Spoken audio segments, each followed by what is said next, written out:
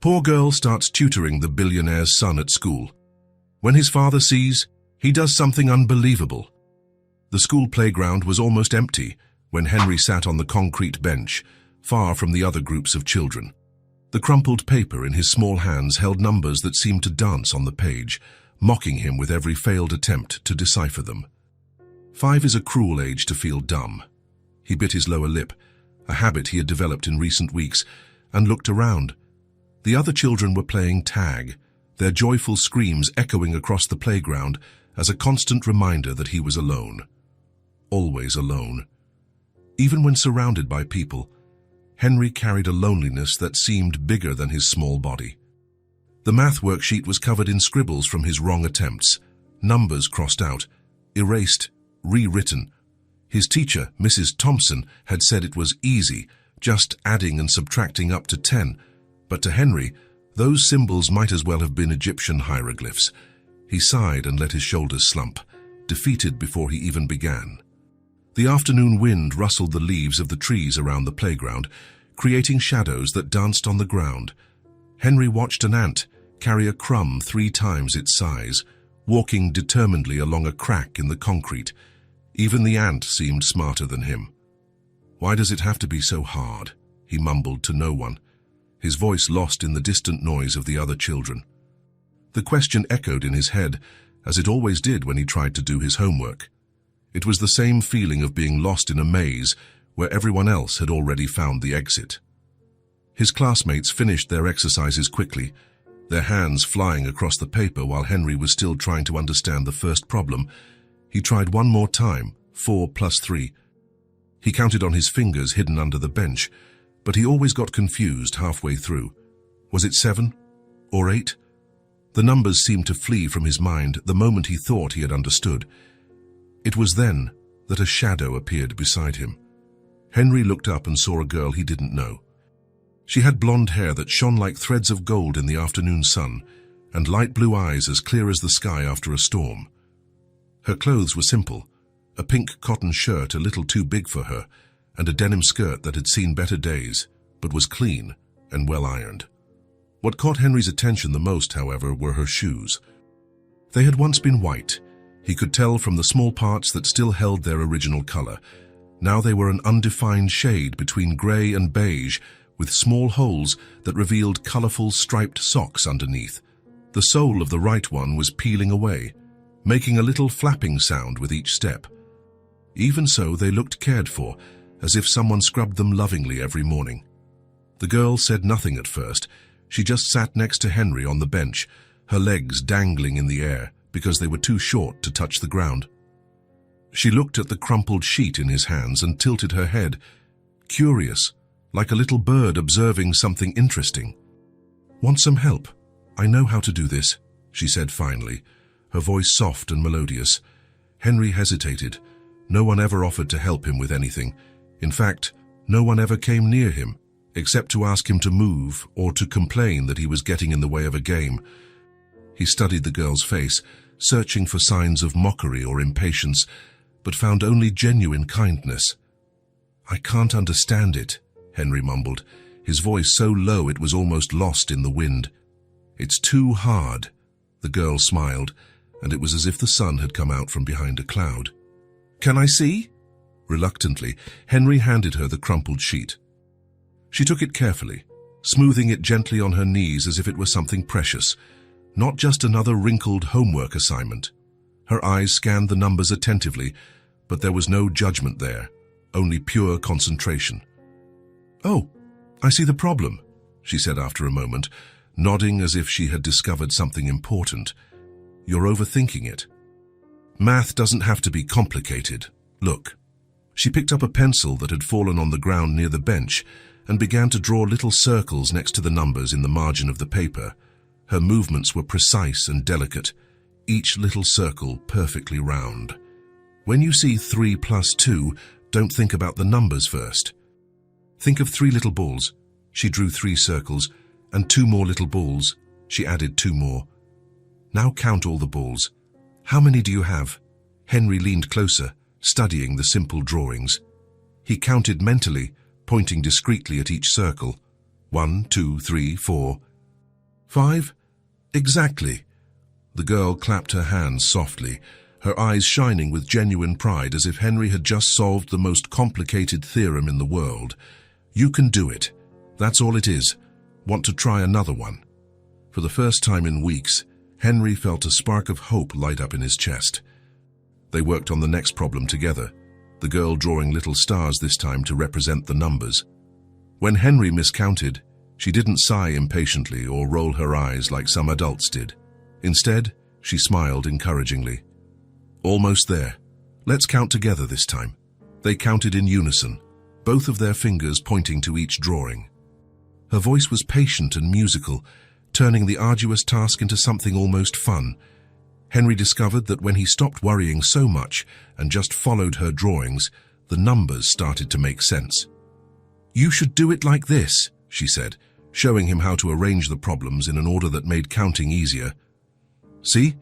First you draw the objects, then you count. That's much easier than trying to do it all in your head. Henry watched, fascinated not only by the method, but by the natural way she explained it. There was something magical in the way she turned the impossible into the possible, as if math were just a game whose rules he hadn't learned yet. You're smart, he exclaimed when he finally managed to solve a problem completely on his own, using the little drawings method.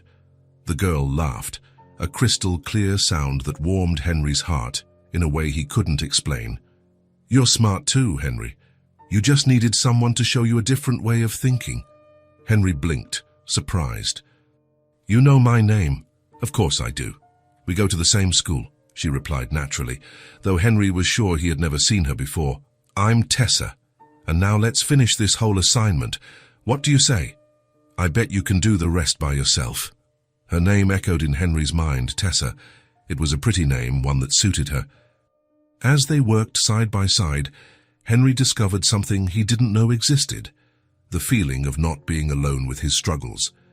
Tessa didn't just help him with the numbers, she listened when he talked, laughed at his little jokes, and treated him as if he were interesting and capable.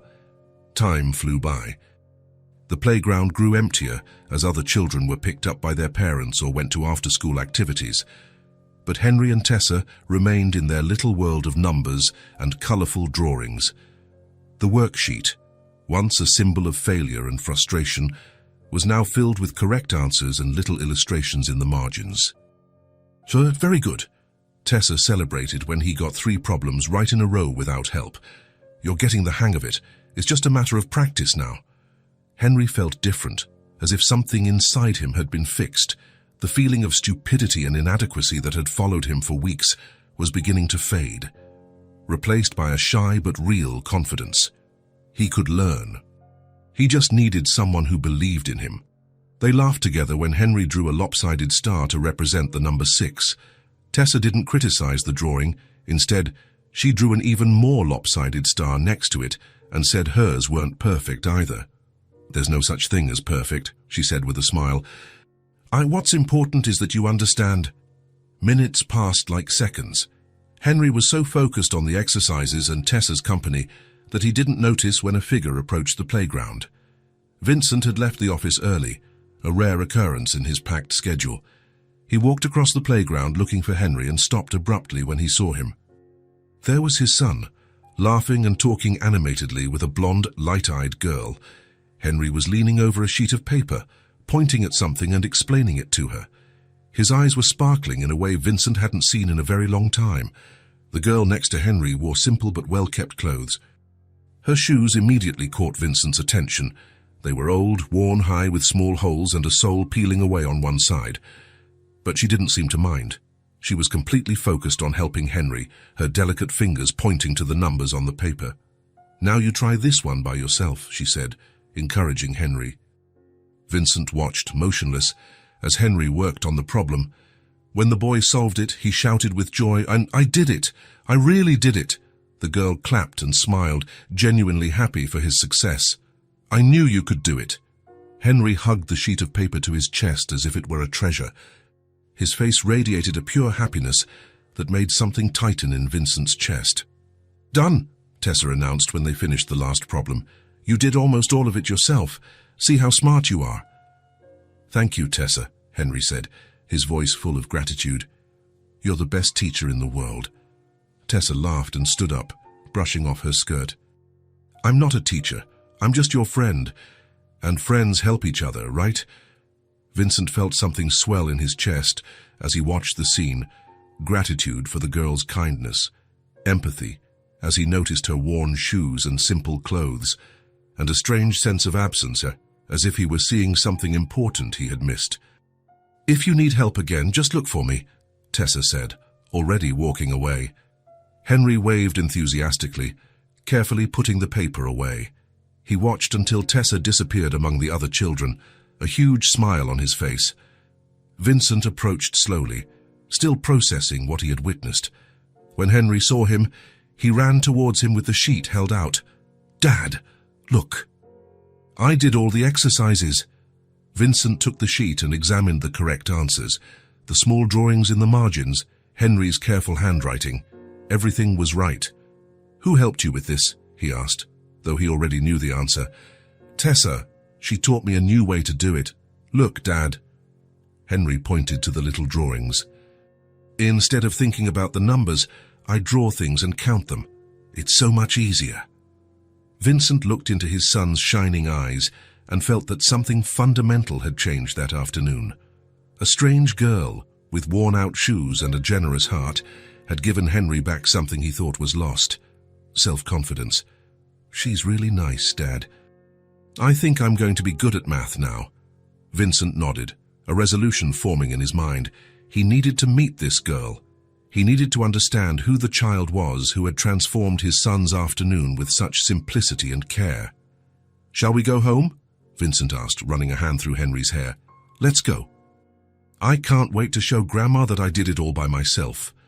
As they walked toward the car together, Vincent carried in his chest the certainty that this afternoon had marked the beginning of something new.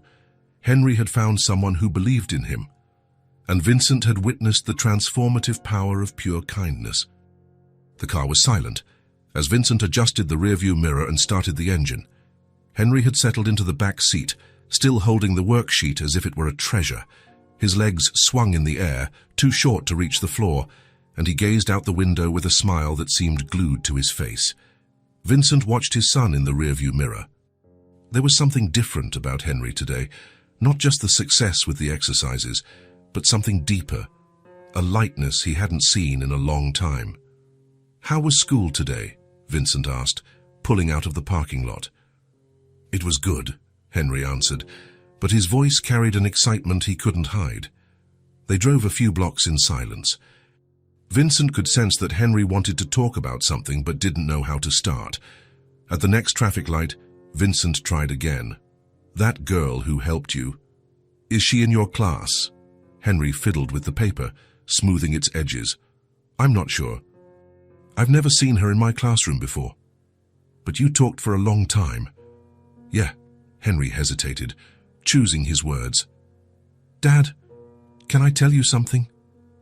Vincent felt something tighten in his chest. It had been so long since Henry had asked to tell him something important. "Of course, son. You can tell me." Henry looked at the sheet in his hands and then out the window. His voice came out softer.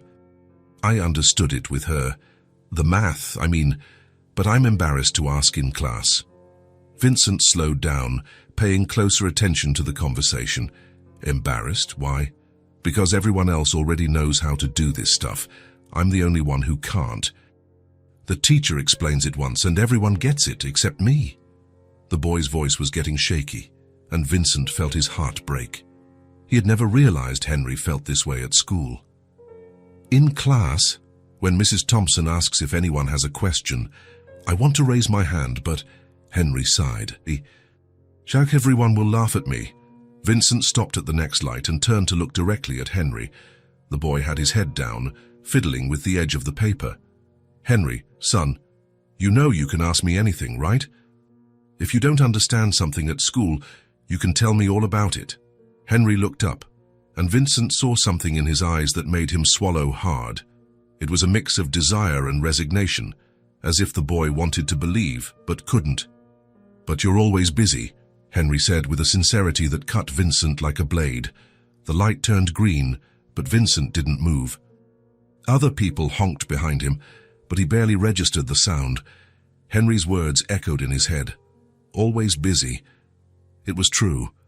How many times had Henry tried to talk to him and he had said, "Later, just a minute. Daddy's on an important call." How many times had he come home too late first when Henry was already asleep? "Henry," Vincent began, but he didn't know how to continue. A heavy pause settled in the car. Vincent finally accelerated as the cars behind him started honking more, but his mind was far from the traffic. "Dad?" Henry's voice came softly from the back seat. "Yes, I think she's my friend." Vincent glanced in the rearview mirror and saw that Henry's face had lit up again.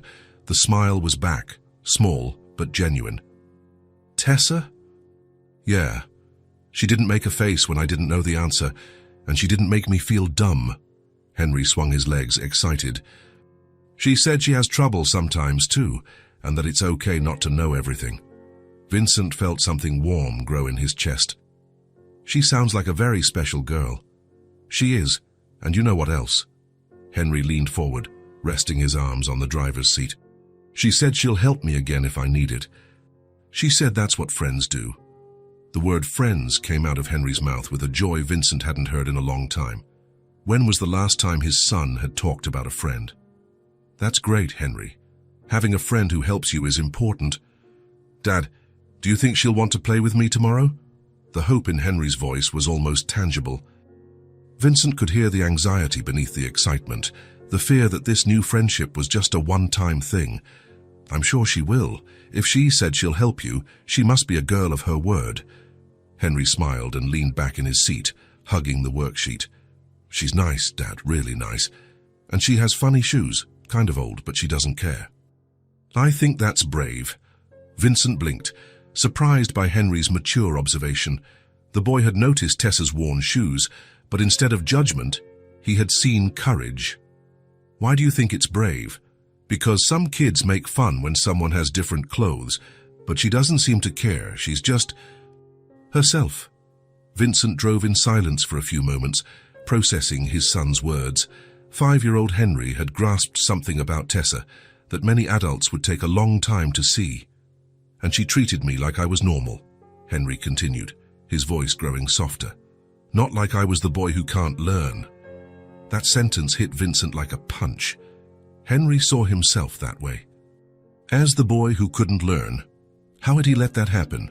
"Henry, you're not the boy who can't learn. You're smart. You just learn in a different way." Henry shrugged, as if he had heard that before but didn't believe it. "Tessa made me understand that. She said everyone has their own way of learning." Vincent felt a wave of gratitude for this unknown girl. In one afternoon, she had given Henry something that he, as a father, had been failing to provide. "Dad?" "Yes, son?" "Thanks for coming early today. It was nice that you were there." Vincent swallowed hard. Henry had noticed he'd arrived earlier, and he had liked it. It was a reminder of how many times he had been late, always in a rush. "You're welcome, Henry. And I'm going to try to come earlier more often." "Really?" Henry's eyes lit up. "Really. In fact, how about I help you with your homework tonight? We can use the method Tessa taught you." Henry practically jumped in his seat. "Can we? Then I can teach you how to do the little drawings. You'll see how easy it is." Vincent smiled, feeling something warm in his chest. When was the last time Henry had been excited to do homework? "I would love to learn from you," Vincent said, and he truly meant it. They were getting close to home when Henry spoke again. "Dad, do you think Tessa will want to come over to play someday?" The question caught Vincent by surprise. Henry had never invited a child over to the house before. "If you become really good friends, I think so. But first, you two need to get to know each other better at school." "Yeah, you're right," Henry nodded. "I'll talk to her more tomorrow. Maybe she'll want to sit with me at lunch." Vincent parked in the garage and turned off the engine. Before they got out, he turned to look at Henry. "Son, thank you for telling me about Tessa and about how you feel at school. It's important for me to know these things." Henry smiled, a genuine smile that reached his eyes. "You're welcome, Dad. It was good talking to you." As they got out of the car, Vincent carried a mix of emotions in his chest. Guilt for having been so absent, gratitude for an unknown girl who had changed Henry's day, and hope that maybe it wasn't too late to reconnect with his son. Henry ran into the house, waving the paper in the air. "I'm going to show Grandma that I did it all." Vincent followed him more slowly, a resolution growing in his mind. He needed to find Tessa. He needed to understand who the girl was that had given Henry back the confidence he had lost. The next day, Vincent arrived at the school 15 minutes before dismissal. This time, there were no urgent meetings calling him back to the office, no important calls that couldn't wait. He had rearranged his entire schedule to ensure he would be there when Henry got out of class. The playground was bustling with children running back and forth, parents chatting in small groups, and teachers organizing the dismissal lines. Vincent searched for Henry among the children, but also kept his eyes open for any sign of the blonde girl who had transformed his son's previous afternoon. While waiting, Vincent observed the other families around. There were elegant mothers in expensive cars, uniformed nannies waiting patiently, and a few fathers like him, coming straight from work in suits and with tense expressions. It was an environment that breathed privilege and stability, which made Tessa's presence the day before even more intriguing. "Mr. Morgan," a female voice called him. Vincent turned and saw Mrs. Thompson, Henry's teacher, approaching with a genuine smile on her face. "Good afternoon, Mrs. Thompson. It's so good to see you here early today. I really wanted to talk to you about Henry." Vincent felt his stomach tighten automatically. Since the conversation in the car yesterday, he was hyper-aware of how many important things he might be missing about his son's school life. "Is there a problem?" he asked, bracing for bad news. On the contrary, Mrs. Thompson practically radiated enthusiasm. Henry was completely different today. He actively participated in class, asked intelligent questions, and most impressively, he offered to explain a new method for solving math problems to the whole class. Vincent blinked, surprised. He explained it to the whole class. Yes, it was absolutely incredible. He went to the board with a confidence I had never seen in him and started drawing little circles and stars to represent the numbers. The other children were fascinated. Several students who had also been struggling began to understand concepts we'd been working on for weeks. Mrs. Thompson shook her head, still impressed. "Honestly, Mr. Morgan, in 5 years of teaching, I've never seen such a complete transformation in a child. It's as if someone turned on a light inside him." Vincent's chest swelled with pride. Henry had found the courage not only to use the method Tessa had taught him, but to put himself in the position of a teacher, sharing knowledge with his peers. "Ah, that's wonderful. He mentioned that a friend taught him this method, a girl named Tessa." Mrs. Thompson tilted her head, curious. "Do you know who she is?" "I don't have any Tessa enrolled in my class." Vincent shook his head. "I'm also trying to find out who she is. Henry met her here on the playground yesterday." "How interesting." "Well, whoever this girl is, she worked a real miracle with Henry. If we find out where she's from, maybe we can invite her to participate in a class project." Just then, Henry came running across the playground, his backpack bouncing on his back and a huge smile dominating his face. "Dad, you came early again," he shouted, throwing himself into Vincent's arms. "I did." "Mrs. Thompson was just telling me you were the teacher of the class today." Henry blushed, but his smile grew even wider. "I used Tessa's method. Everyone really liked it. Even Marcus, who always teases, everyone got interested and asked if I could teach him too."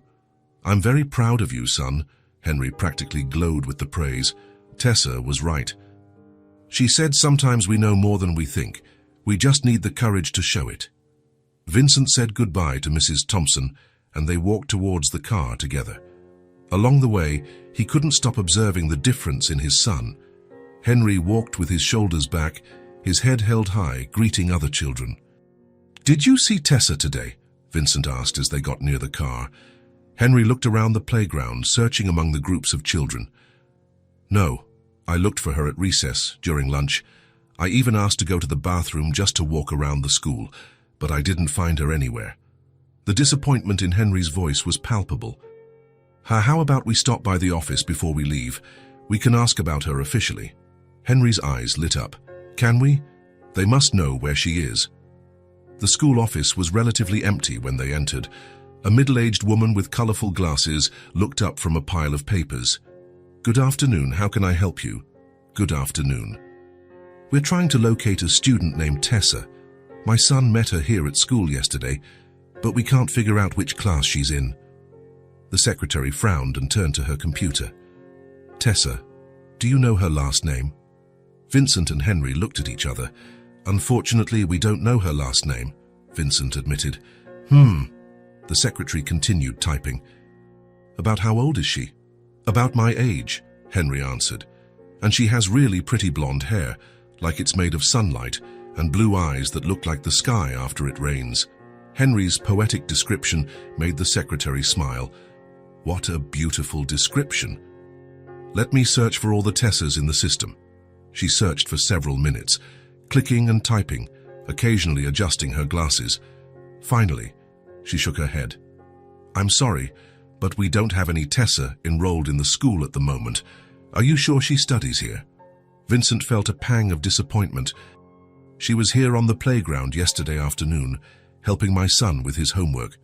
"Ah," the secretary clapped her hands. "We had a visitor yesterday. A young lady named Diane came to offer homemade cookies to the school administration.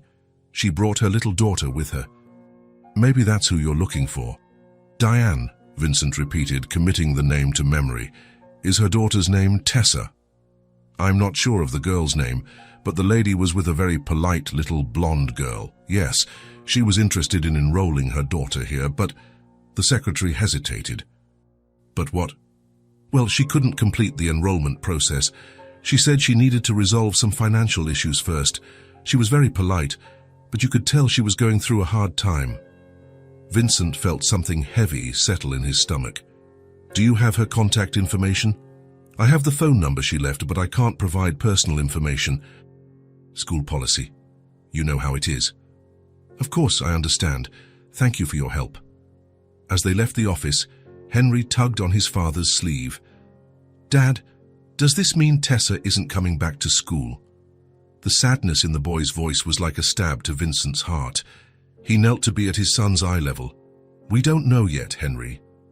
But we'll keep looking for her, I promise. But how if she doesn't go to school here and we don't know where she lives?" Vincent could see tears starting to form in Henry's eyes. "We'll find a way, son.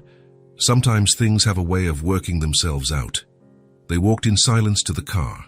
Vincent was lost in thought, trying to process all the information. Tessa wasn't enrolled in the school. Her mother, Diane, had come to offer cookies, but couldn't complete the enrollment due to financial issues. That explained the worn shoes and the simple but well-kept clothes on the girl. "Dad," Henry said as they settled into the car, "do you think Tessa is okay?" The question caught Vincent by surprise. "Oh, why do you ask that, son?" "Because she seemed sad yesterday, even when she was helping me, like she was worried about something." Vincent looked at Henry in the rearview mirror, impressed by the boy's sensitivity. At 5 years old, Henry had noticed emotional nuances that many adults would have missed. "You're very observant, Henry. And very kind to worry about her." "She was kind to me first. It's the least I can do." Vincent smiled, proud of his son's character. "If we find her again, we can ask if she needs anything." They drove towards home, but Vincent decided to take the long way, passing through some residential streets. It was a long shot, but maybe they'd be lucky enough to see Tessa and Diane by chance. The afternoon was sunny, and many people were out on the streets. Vincent drove slowly, both of them scanning the sidewalks for any sign of Tessa's blonde hair. They passed a park where several children were playing, and Henry pressed his face against the window, hopeful. But Tessa wasn't there. They passed a food court, a craft fair, a small library, nothing. Vincent was starting to feel foolish for this search when they stopped at the light on Central Avenue. "Dad!" Henry suddenly shouted. "It's her! It's Tessa!" Vincent followed his son's gaze and felt his heart skip a beat.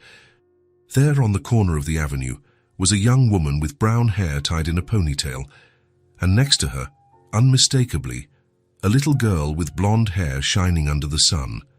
They were next to a small table covered with a blue and white checkered tablecloth. On the table were trays of homemade cookies arranged in neat rows. A handmade sign hung on the front of the table. Homemade cookies, made with love, $2 a dozen. The woman, who could only be Diane, wore a simple navy blue dress, clearly not new, but impeccably clean. There was a dignity in her posture that spoke of someone doing their best in difficult circumstances. Tessa was standing next to her mother, helping to arrange the cookies and smiling at the few passers-by who stopped to look. Even from a distance, Vincent could see the same natural kindness that had captivated Henry. Vincent felt a mix of emotions tighten in his chest as he took in the scene. Here was the explanation for everything: the worn shoes, the school visit without enrollment, Tessa's maturity. Mother and daughter were struggling, but facing it with dignity. "Dad, stop the car, please." Henry was bouncing in the back seat. "I have to talk to her." The light turned green, and for a moment Vincent hesitated. Would it be appropriate to approach a family on the street? But then he looked at Henry's eager face and made a decision. Instead of accelerating, he turned on his signal and pulled into the first parking spot he found, a few feet ahead of the corner. "Let's go, Henry." They got out of the car and walked back. Vincent could hear his own heart beating as they approached. Henry ran a few steps ahead, clearly anxious to see his friend. "Tessa!" Henry shouted when they got close enough. The girl looked up, and her face lit up instantly. "Henry, hi!" Diane looked in their direction, and Vincent saw genuine surprise in her eyes. She was younger than he had imagined, probably in her late 20s. There was a delicacy to her features that resembled Tessa, but also a subtle hardness that spoke of difficult experiences. "Tessa, I looked for you at school today," Henry said, vibrating with excitement. "I wasn't there today," Tessa replied, a bit shy, looking at her mother as if asking for permission. Vincent approached slowly, not wanting to frighten mother or daughter. "Excuse me," he said gently, addressing Diane. "I'm Vincent, Henry's father. I believe our children met yesterday." Diane studied him for a moment, clearly cautious. "Yes," Tessa told me. She said she helped a boy with his math. "She did much more than that," Vincent said, keeping his voice calm and respectful. "She gave my son back something I thought he had lost forever." Diane tilted her head, curious, but still reserved. "I don't understand." Vincent chose his words carefully. Henry was struggling in school. He had lost his self-confidence. Yesterday, after Tessa helped him, he came home smiling for the first time in months. Today, he taught her method to his entire class. Diane's face softened, and Vincent saw motherly pride in her eyes. "Tessa has always been good with other children. She has a natural patience." Vincent glanced discreetly at the cookie table, at the handmade sign, at Tessa's worn shoes. The situation was becoming clear. "May I buy some cookies? They look delicious, and Henry was telling me you're both excellent bakers." "Of course," Diane brightened. "We have chocolate chip, oatmeal raisin, and sugar and cinnamon, all made at home this morning, no preservatives." "I'll take 2 dozen mixed 'em, please," Vincent said, taking out his wallet. As Diane packed the cookies in brown paper bags decorated with little drawings, clearly Tessa's work, Vincent watched the girl and Henry talking animatedly. Tessa was telling him about how she had helped her mom make the cookies, while Henry listened, fascinated. "That will be $6 in total," Diane said, holding out the bags. Vincent handed her a $20 bill. "Keep the change."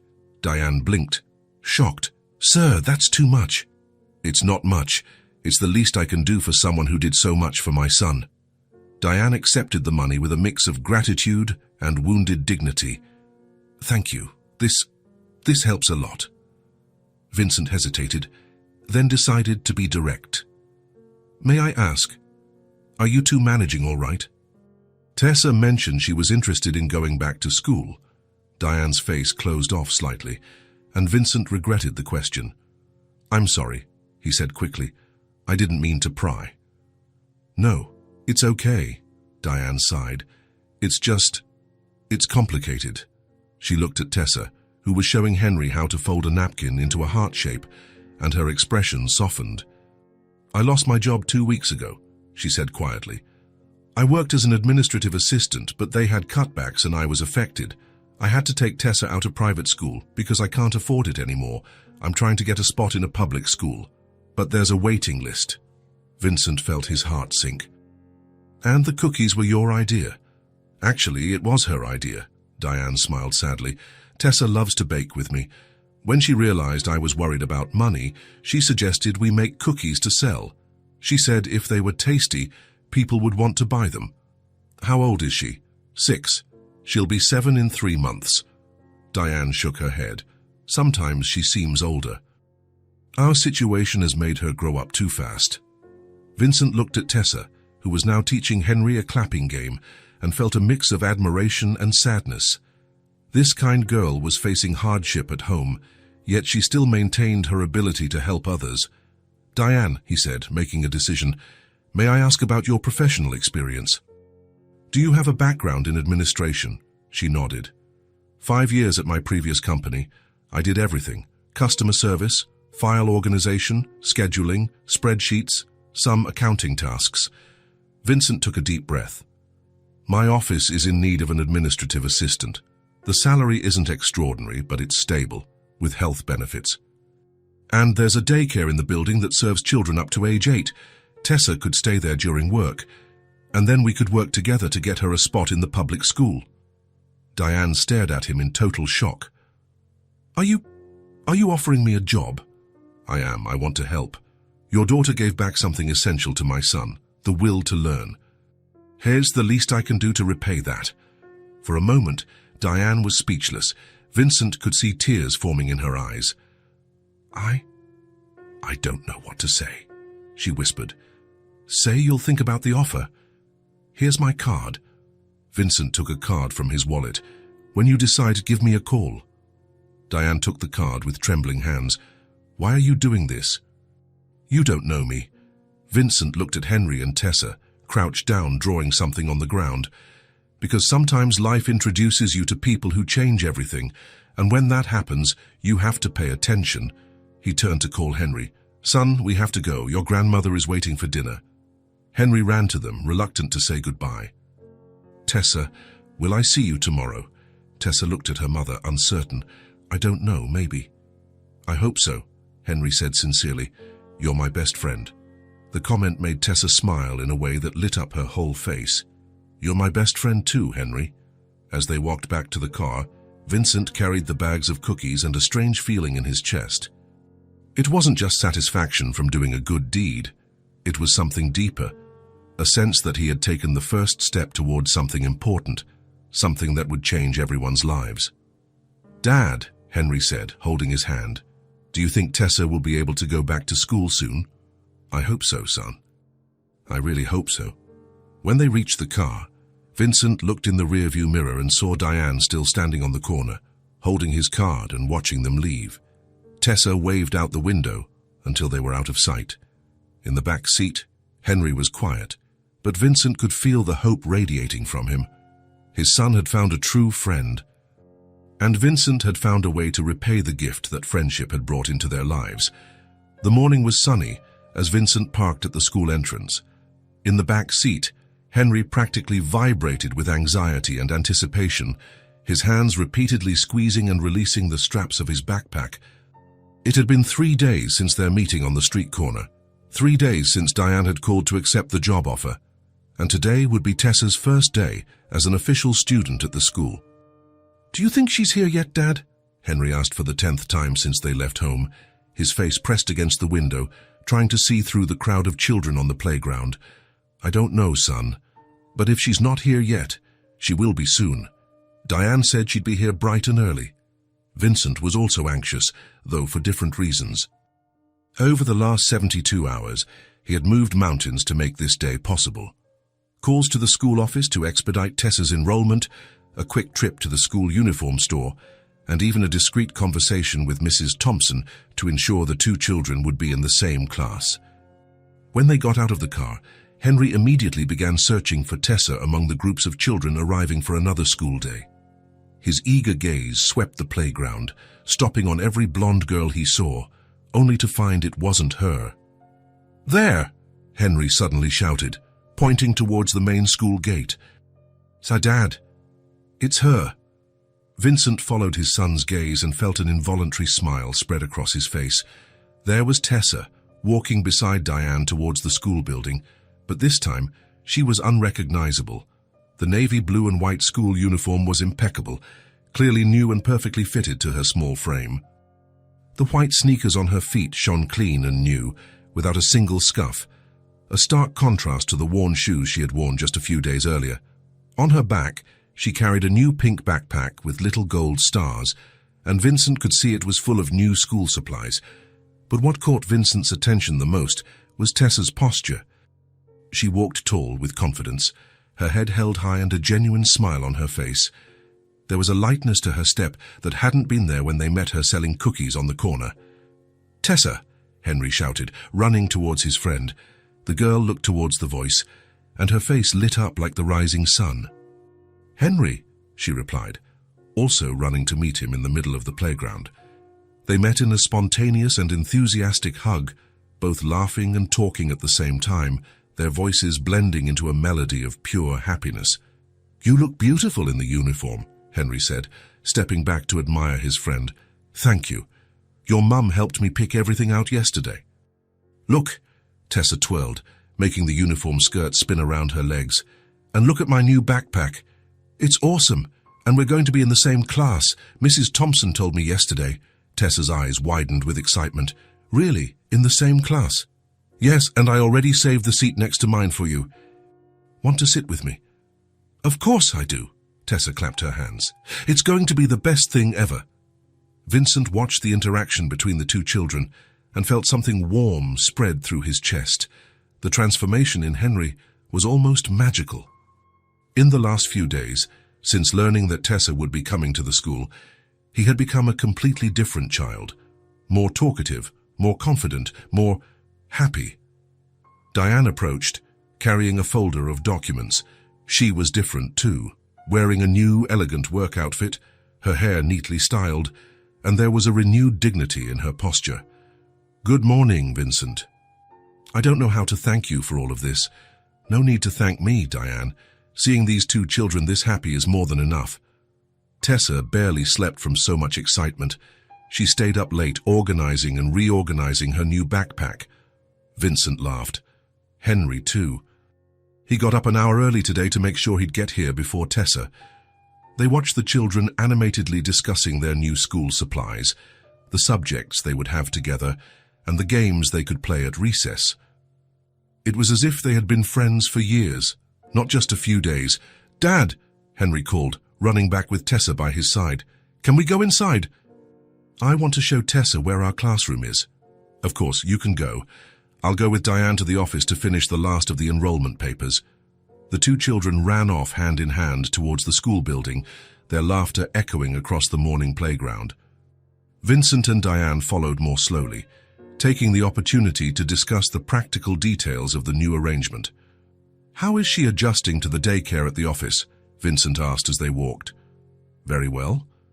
The other children were very welcoming, and the caregivers are wonderful. "Yesterday she made 3 new friends and came home telling me about all the activities they did." "And you? How are you feeling about the new job?" Diane smiled, and Vincent noticed it was the first time he had seen her smile in a completely relaxed way. "It's different from what I was used to, but in all the good ways. Your team has welcomed me warmly, and I'm already starting to get the hang of the routine." They reached the school door just as the first bell rang, indicating that classes would begin in a few minutes. Through the windows, Vincent could see Henry showing Tessa around the classroom, pointing to different corners and enthusiastically explaining the class routines. "Diane, look at how different he is," Diane observed, following Vincent's gaze. "Tessa, too. For the past few months, since we lost our stability, she had become quieter, more withdrawn. Today, she woke up singing."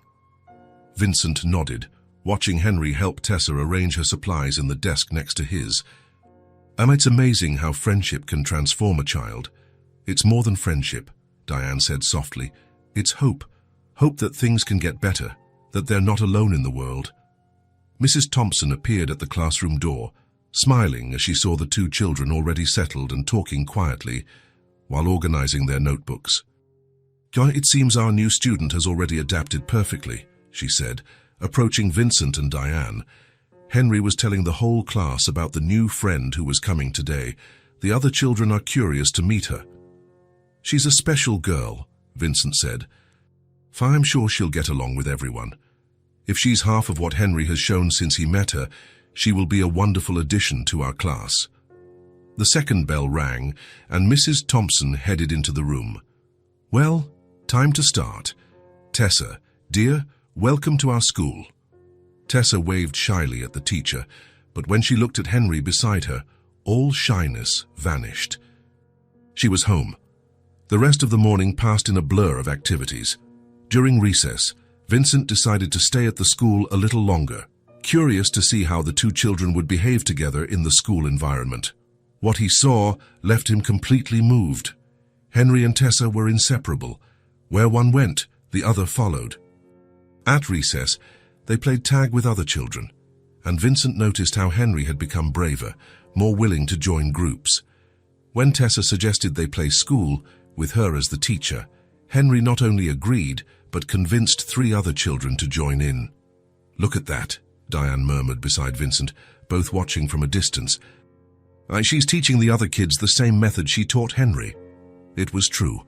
Tessa had found a stick and was drawing in the dirt, patiently explaining a math problem to a growing group of curious children. Henry was by her side, helping and encouraging the classmates who were struggling. "They make a good team," Vincent observed. At lunchtime, the two children sat together, sharing not only food but stories, laughter, and plans for the rest of the day. Vincent could see other children approaching, drawn by the genuine joy radiating from the small group. "Henry," one of the children called, "can you teach us that math trick again?" Vincent saw his son light up with the attention, but instead of showing off, he immediately looked at Tessa. "Tessa taught me. She explains it better than I do." "Let's teach them together," Tessa suggested with a smile. "That way it's easier for everyone." And there, on the school playground during the lunch break, Henry and Tessa improvised a small math lesson for 6 other children. Vincent watched his son transform before his eyes. Where there was once insecurity and fear of judgment, there was now confidence and natural leadership. "Now Henry feels strong with her by his side," Vincent mumbled to himself, finally understanding the full power of true friendship. When classes ended in the late afternoon, Vincent was waiting on the playground with other parents. Henry and Tessa ran out of the classroom, their faces glowing with happiness. "Dad!" "It was the best day of my life," Henry shouted, throwing himself into Vincent's arms. "Tell me everything." "Tessa sat next to me all day, and during math, Mrs. Thompson let us go to the front and explain the drawing method to the whole class. Everyone understood. And at recess," Tessa added, still breathless from running, "Henry introduced me to all his friends." "Well, now they're my friends too."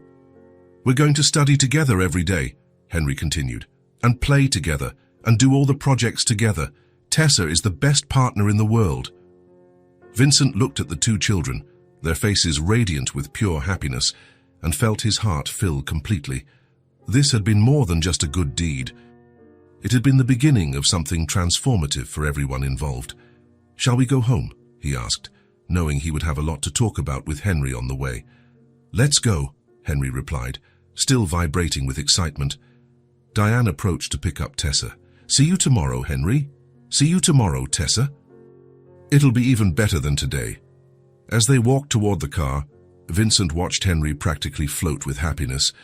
His son had found more than a friend. He had found confidence, strength, and the certainty that he was not alone in the world. In the car, Vincent knew he needed to talk to Henry about everything that had happened. There was so much to say, so much to understand about this incredible transformation he was witnessing. The car had been moving for only a few minutes when Vincent noticed Henry had gone quiet in the back seat. After all the excitement of leaving school, his son's sudden silence caught him by surprise. In the rearview mirror, he could see Henry looking out the window, his small fingers fidgeting with his backpack strap. "How did you feel today, son?" Vincent asked, turning down the radio. Henry continued to look out the window for a moment before answering, "It was the best school day I've ever had, Dad." "That's great." Tessa seemed to be adjusting well, too. "She's amazing," Henry sighed softly. Everyone liked her. And when we were together, I felt different. Different how? Braver, like I could do anything. Henry finally turned to look at Vincent in the rearview mirror. "It's weird having a real friend," Vincent smiled. "Weird how?" "Good weird. Like when you're really hungry and suddenly someone gives you your favorite candy." The innocent comparison made Vincent chuckle softly.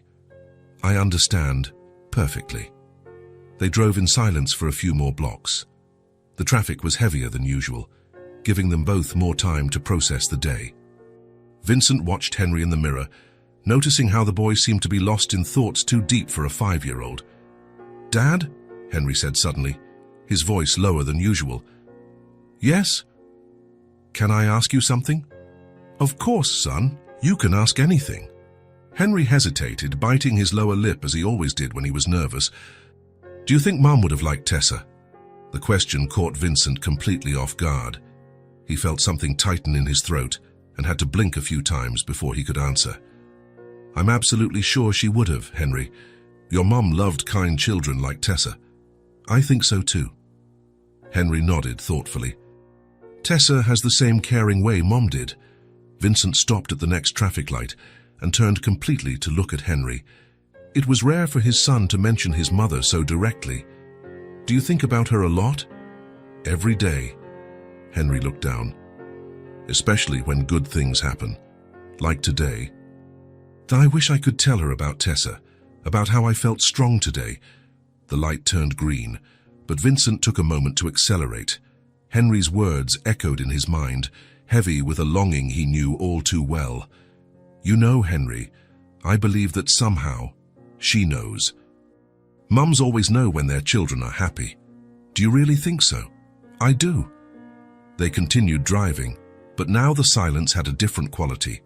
It wasn't uncomfortable, but reflective, as if father and son were sharing something important without needing words.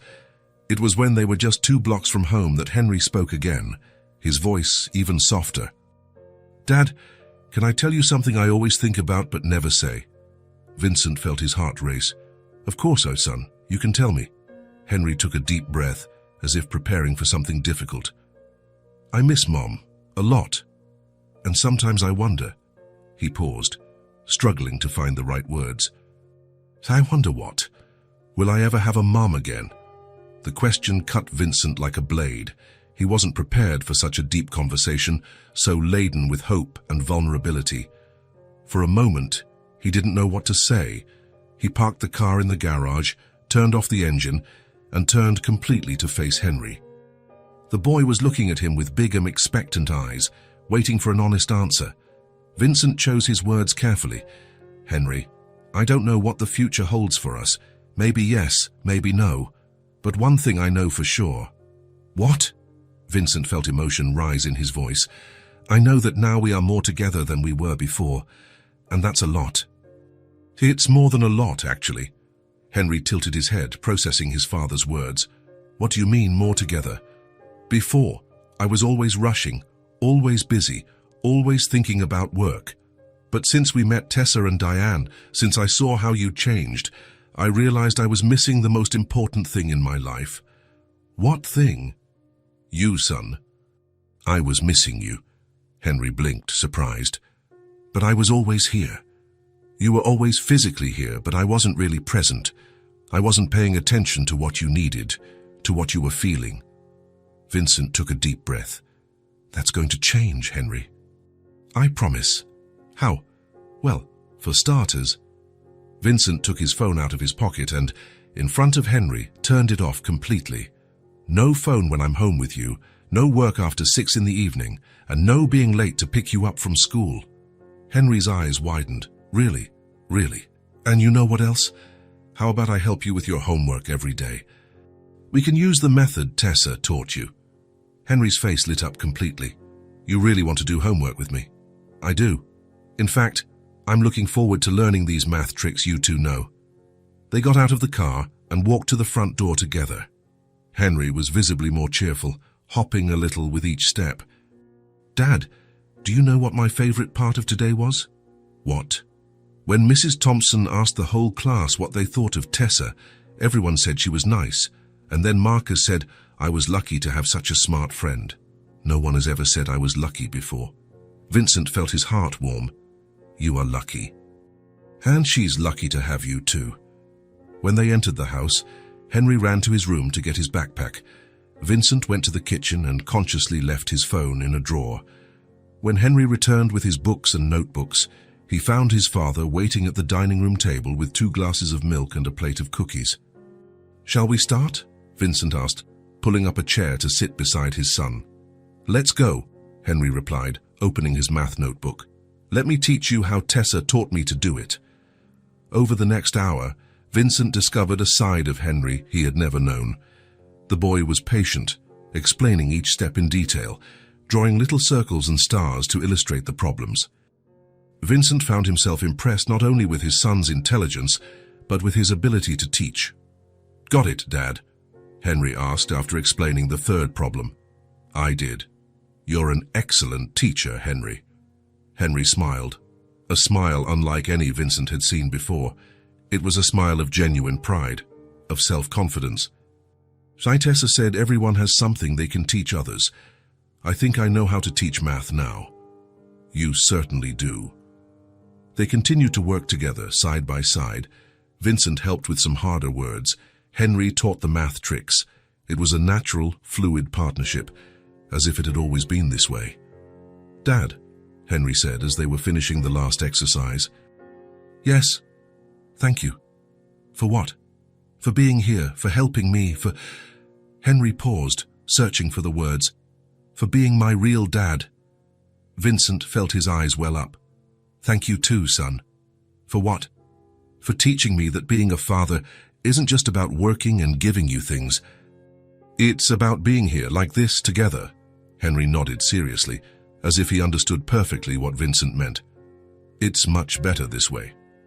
"Yes, it is. Much better." When they finished the homework, Henry put his supplies away with special care. "Tomorrow I'm going to tell Tessa that you helped me. She'll be happy." "Why?" "Because she always says things are easier when you have someone to help." Vincent watched his son get ready for bed that night and realized something fundamental had changed between them. The distance that had grown over the months, made of too much work, too little attention, and unprocessed grief, was starting to disappear. As he tucked Henry into bed, the boy held his hand. "Dad, even if I never have a mum again, it's okay, because now I know you're really here with me." Vincent kissed his son's forehead, feeling a mix of love, gratitude, and renewed determination. "I will always be, Henry." Always. That night, for the first time in a long time, both father and son slept peacefully, knowing they had finally found their way back to each other. The call came on a Friday afternoon, as Vincent was organizing some reports in his office. "Hi, Vincent. I hope I'm not bothering you." "Not at all, Diane. How are things?" "Very well. Tessa is loving school, and I wanted to thank you personally for everything. How about dinner at our place on Saturday? Nothing fancy, just a way to repay some of the kindness." Vincent hesitated for a moment. "It would be a pleasure. What can I bring?" "Just the 2 of you. I'll take care of the rest." On Saturday night, Vincent and Henry parked in front of a small apartment in a simple but well-kept neighborhood. The building was old, but the flower boxes in the windows showed that someone cared about keeping it beautiful. "Tessa's house," Henry said excitedly. Diane opened the door before they even rang the bell. She wore a simple navy blue dress, and there was something different about her face, a lightness that wasn't there before. "Welcome, Tessa!" Henry shouted as soon as he entered, and the 2 children hugged as if they hadn't seen each other in weeks. The apartment was small but cozy. Simple furniture, some clearly second-hand, but everything was impeccably clean. There were drawings by Tessa on the fridge, and well-cared-for plants in the windows. "Dad, come see my room," Tessa called, pulling Henry by the hand. "You can go," Diane said, laughing. "Dinner will be ready in 20 minutes. Vincent and Diane were left alone in the kitchen, where a delicious aroma of roasted chicken filled the air. Can I help with anything? You can open the wine that's on the table. It's nothing special, but I'm sure it's perfect." As Vincent opened the bottle, he could hear the children's laughter coming from the bedroom. It was a sound that always made him smile. Henry had become so much more cheerful. "How have you been feeling with all these changes?" Vincent asked, pouring the wine. Diane paused and looked out the window. "Honestly, like I'm breathing for the first time in months. It must have been very difficult." "It was. Much more than I let on." She accepted the glass. "Tessa's father left us when she was 3. He just walked out one day and never came back. No explanation, not a word. I'm so sorry. The worst part wasn't that he left, it was the way he did it, as if we weren't even worth a conversation." Diane took a sip of wine. "For a long time, I believed there was something wrong with me." Vincent nodded, recognizing the pain in her voice. "That must have destroyed your confidence." "It destroyed everything. The exhaustion was terrible. Working all day, taking care of Tessa at night, trying to keep everything running by myself. Some nights I would break down and cry myself to sleep. And now," Diane smiled, "now I have hope again, a job I like, Tessa in a good school, stability. For the first time in years I can see a future, and your faith. I had completely lost faith in everything.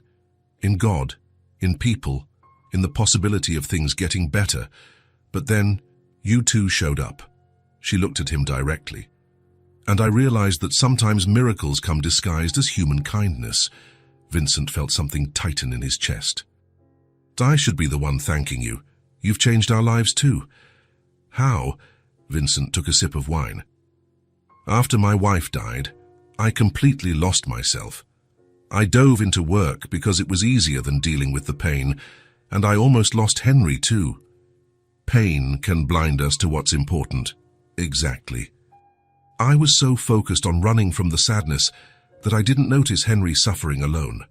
The guilt consumed me." Vincent paused. Guilt for not saving Sarah, for not being there for Henry, for being alive when she wasn't. And the loneliness. Terrible. Even being with Henry every day, I felt completely alone. Like I was living behind glass, watching life but not participating in it. From the living room came the continuous laughter of the children playing. It was impossible not to smile hearing it. "Look at them," Diane said, peeking through the doorway.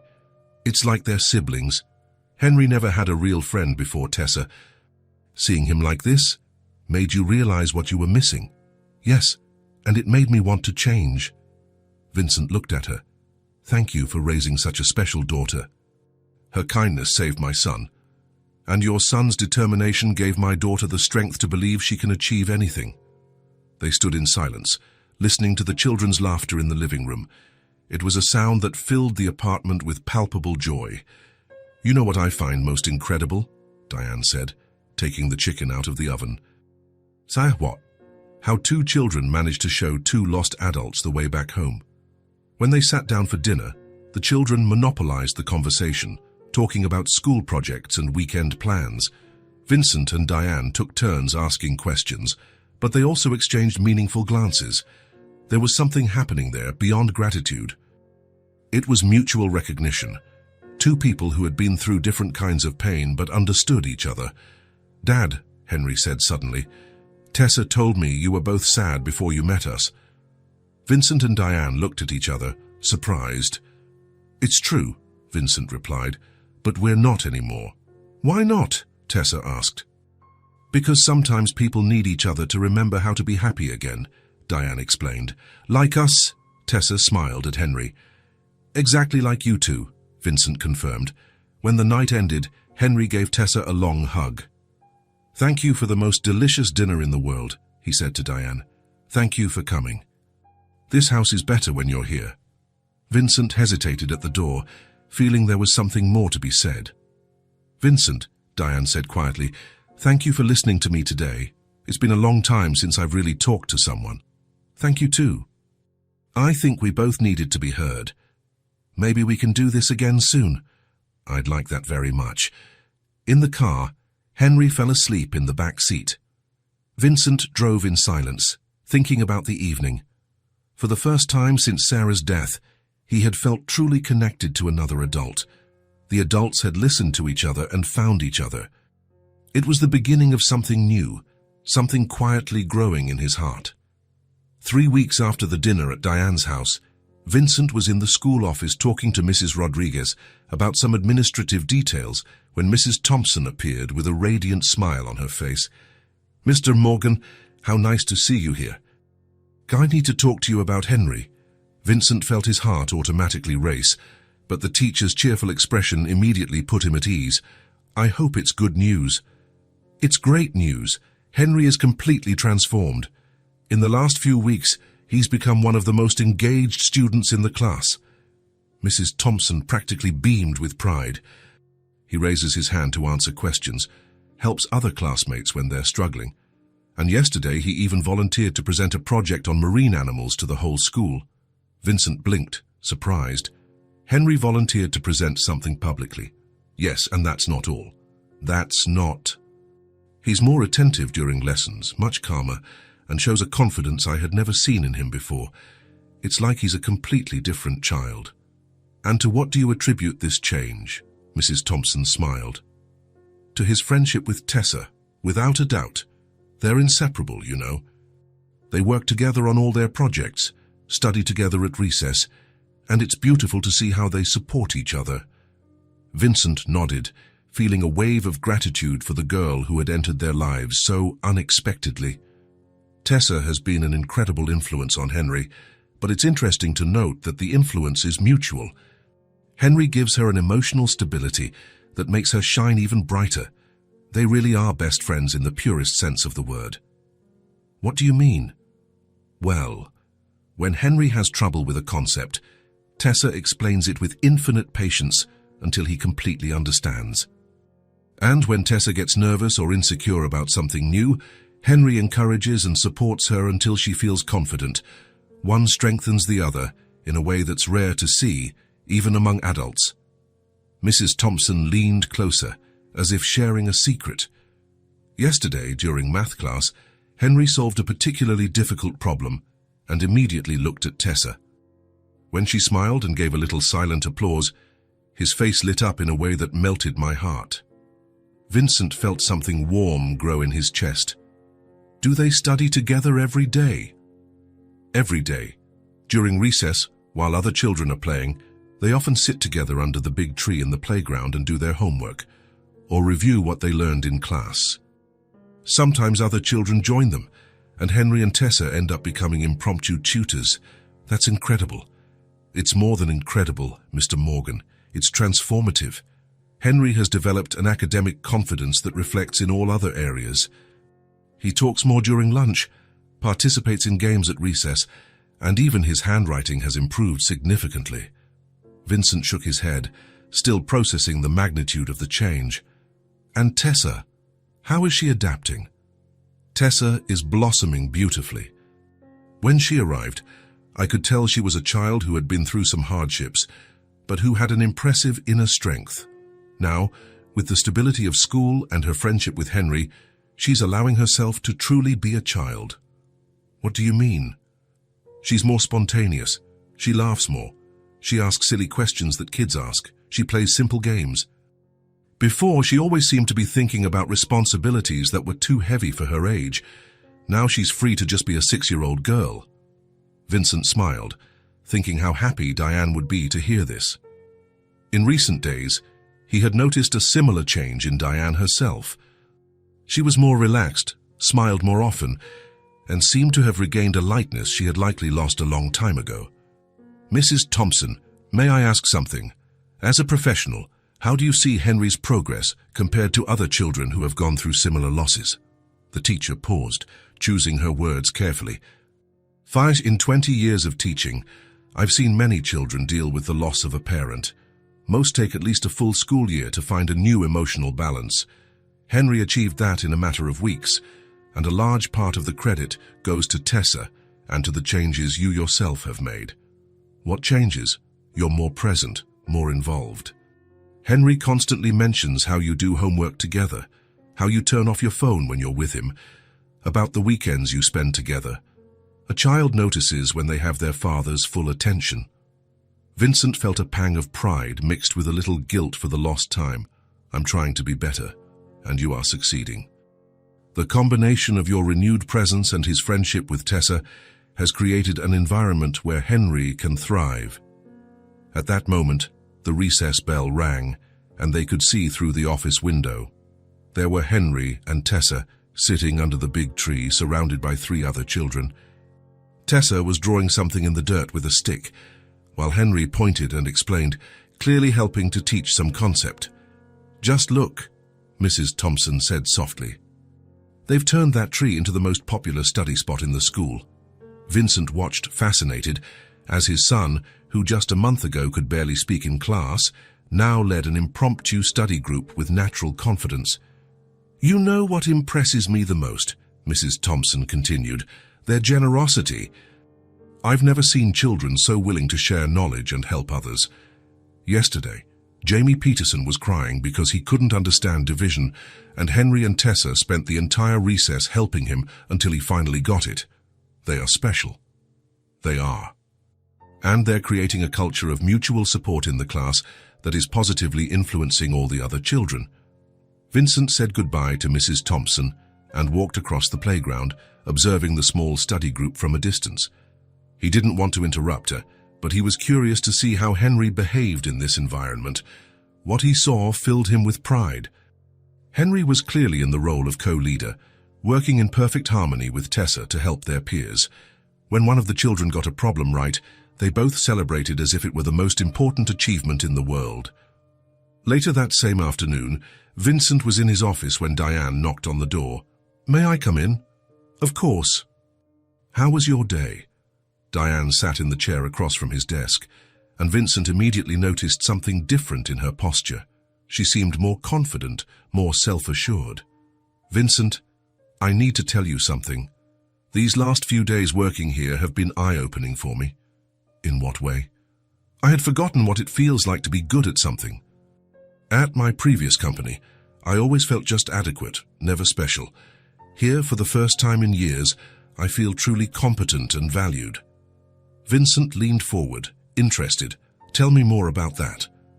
"Well, you've given me real responsibilities, you trust my judgment, and you treat me like a true professional, not just someone who performs basic tasks. Yesterday, when you asked me to organize that presentation for the clients, and then praised my work in front of the whole team," Diane paused, emotional. It had been a long time since I felt proud of something I had done. "Diane, you have a natural talent for organization and communication. Your ability to anticipate needs and solve problems before they happen is impressive." She blushed slightly. "Thank you. That means a lot coming from you." Vincent watched her for a moment, an idea forming in his mind. Over the past few weeks, he had noticed how Diane excelled at every task she was given. Her efficiency, attention to detail, and ability to deal with clients were exceptional. "Diane, can I make you a proposal?" "Of course." Vincent stood up and walked to the window, organizing his thoughts. "I've been watching your work, and honestly, you have everything I look for in a professional. Your dedication, competence, and integrity are exactly what this company needs."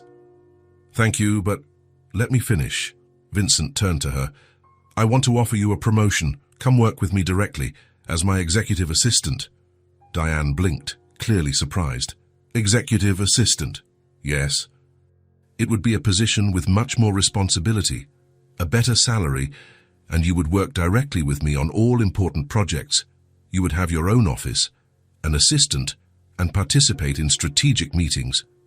"Vincent, I don't know what to say. It's an incredible opportunity, but, Diane hesitated, "I'm afraid I'm not qualified enough." "It's a huge responsibility." "Diane, look at me." Vincent sat on the edge of his desk, closer to her. "In 3 weeks, you have completely reorganized my filing system, improved our communication with clients, and implemented 2 procedural changes that are saving the company time and money. You are not only qualified, you are exactly what I need." Diane was silent for a long moment, clearly processing the proposal. Vincent could see the internal struggle between insecurity and ambition. "Can I have a few days to think about it?" "Of course, But don't take too long. I want to start this new structure as soon as possible. Diane smiled. Actually, I don't need a few days. I accept. Really.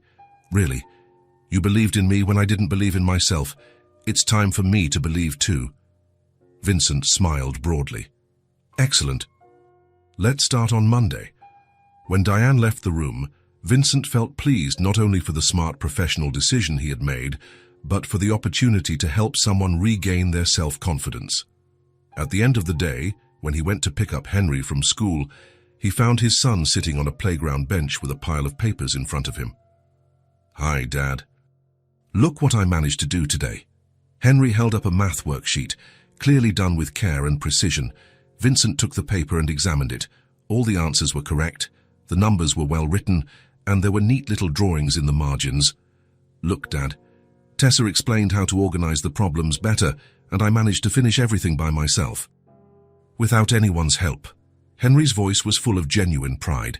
Vincent looked at his son, seeing not just the well-done work, but the confidence radiating from every pore. "I'm so proud of you, Henry. Very proud indeed." Vincent knelt and opened his arms. Henry threw himself into them with enthusiasm, and they hugged tightly in the middle of the school playground. It was a different hug from all the previous ones. There was no reservation, no emotional distance.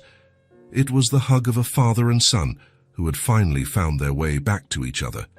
"Dad, can I tell you a secret?" Henry whispered in Vincent's ear. "Of course, son. I don't feel sad anymore. I feel whole." Vincent tightened the hug, feeling tears of happiness form in his eyes. "Me too, Henry. I feel whole too." When they separated, Vincent looked at his son and saw something that had been missing for a long time. A truly happy, confident, and loved little boy. "Shall we go home and do more homework together?" "Let's go." "And tomorrow can I tell Tessa you said you were proud of me?" "You can tell anyone you want, son. I'm proud of you every day." As they walked to the car, Vincent reflected on the transformations that had occurred in recent weeks. Henry had become a confident and happy child. Diane had rediscovered her professional and personal worth.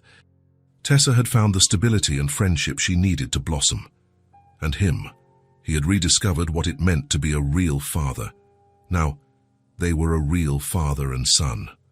Finally, the Sunday was sunny when Vincent and Henry arrived at Diane's small apartment. This time, she was waiting for them in the backyard. A simple space that had been made cozy with some potted plants and a carefully restored wooden table. "What a beautiful place," Henry exclaimed, running immediately to where Tessa was sitting on the ground with paper and crayons spread around her. "Hi, Henry. Come see what I'm drawing?" Vincent watched the two children greet each other with the natural familiarity of siblings. It was incredible how they had developed such a deep connection in such a short time. "Welcome to our yard," Diane said, smiling as she approached. She wore a simple floral dress and had her hair down, looking more relaxed than Vincent had ever seen her. "It's perfect here, very cozy. I found this table on the street last week. A little sanding and varnish, and it's good as new." Diane gestured to a smaller table where trays were covered with colorful cloths. "I made some new cookies for us to try, and I prepared a simple lunch. What can I do to help? How about setting the table?" "The plates are in the basket." Vincent began to arrange plates and cutlery while watching Henry and Tessa on the ground. They were drawing something together, their heads close, talking softly and laughing occasionally. "They never get tired of drawing," Diane commented, pouring lemonade. "Henry never liked drawing before. He used to say he couldn't make anything pretty. Tessa has this ability to make people feel capable. It's a gift." They worked side by side in the small outdoor kitchen Diane had improvised. There was something natural in the way they moved together, as if it were an established routine. Lunch was cheerful and relaxed. The children told them about their plans for a science project they would do together, while Vincent and Diane took turns asking questions and sharing stories. It was exactly how Vincent imagined a family Sunday should be.